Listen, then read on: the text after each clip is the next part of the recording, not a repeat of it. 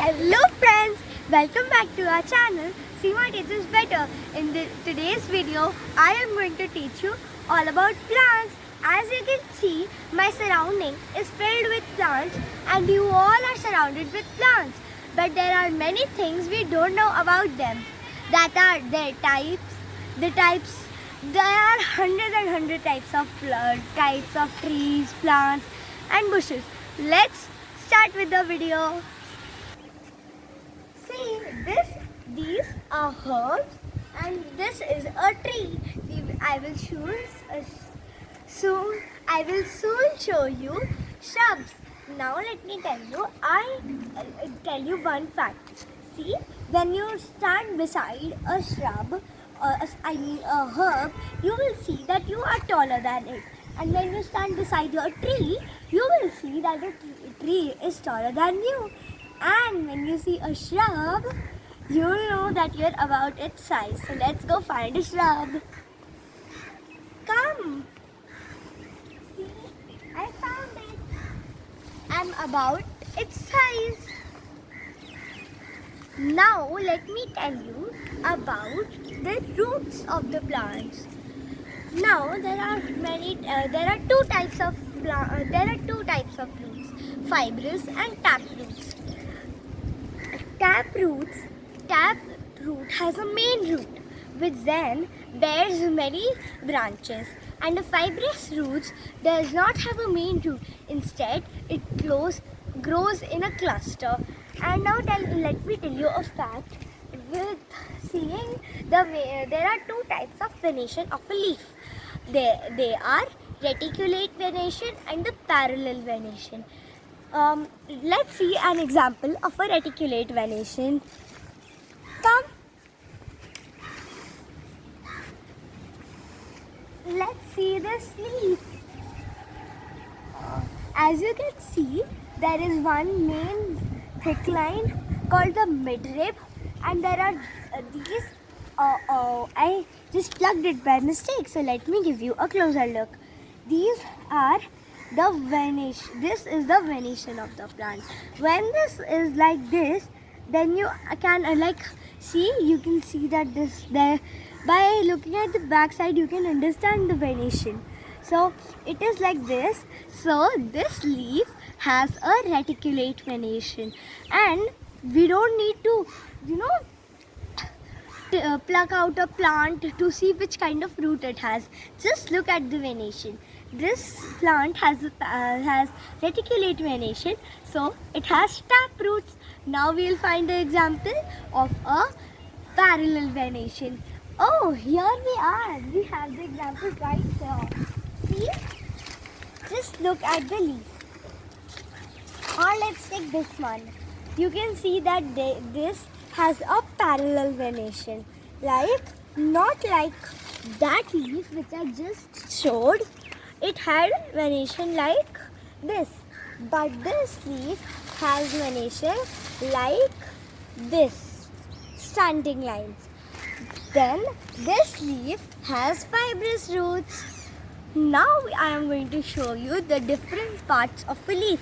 As I had already plugged out the leaf, let's use this.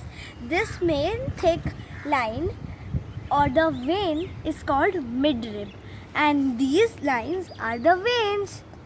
Now I will describe a flower. Come on. See guys, we have almost reached. Here are the flowers. What a smell! Now let me tell you. As you see that a flower has the long stick, that's called the pedicel. And these beautiful small,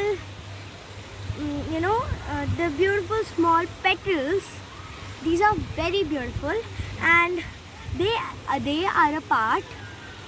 The bud which we see of a flower is lightly colored. That's called sepals. What do we call it again? Sepals. And these which make a flower, see this thing here which is called the petal, again petal. These are very beautiful and are used a lot. Now I have described about roots, I have described about leaves, and I have even described you about the flowers. But you must be thinking, what have I not described you about? Of course, the stem, as you can see. This is a stem of this is a trunk of a tree. But if we see for a stem, then this is a stem. So this stem, what does it do? What does a root do? Stem and a trunk of a tree are both very similar, just their names are different. When a plant is young, it is green, and as it grows up, it becomes hard and woody and brownish in color. So let me describe you about the functions of a root. Root anchors the plants to the soil. So see, if I try to pull out a tree, I won't be able to do that. And if I try to pull out a plant, it won't be able to do so. It will take a lot of pressure. Why? Because the roots anchor the soil. Then how do these plants get minerals and waters for photosynthesis? You are correct. The roots give them. The roots anchor the soil and give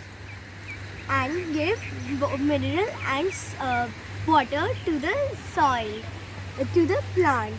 Now we'll describe about the stem.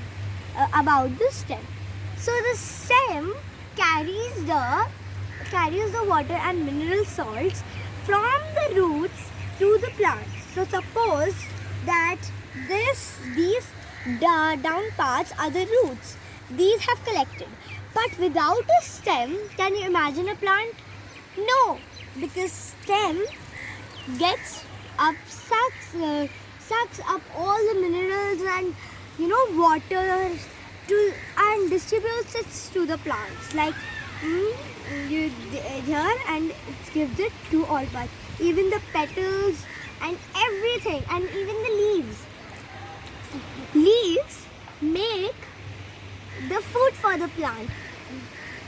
We all know that leaf is the kitchen of the plant. But do we know that this food is carried by the stem to the roots? Yes. Maybe all of you would know that, but some of you might know. So now let's continue. I had described about herbs, shrubs and trees. But did I describe about climbers and creepers? No. Let's describe. Come.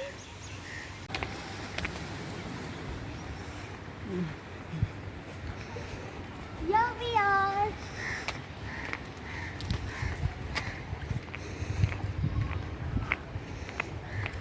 Can you guess what is it? No. These are climbers. And creepers are found on the farms, and I can't find a creeper over here, but I did find a climber. I'm gonna tell.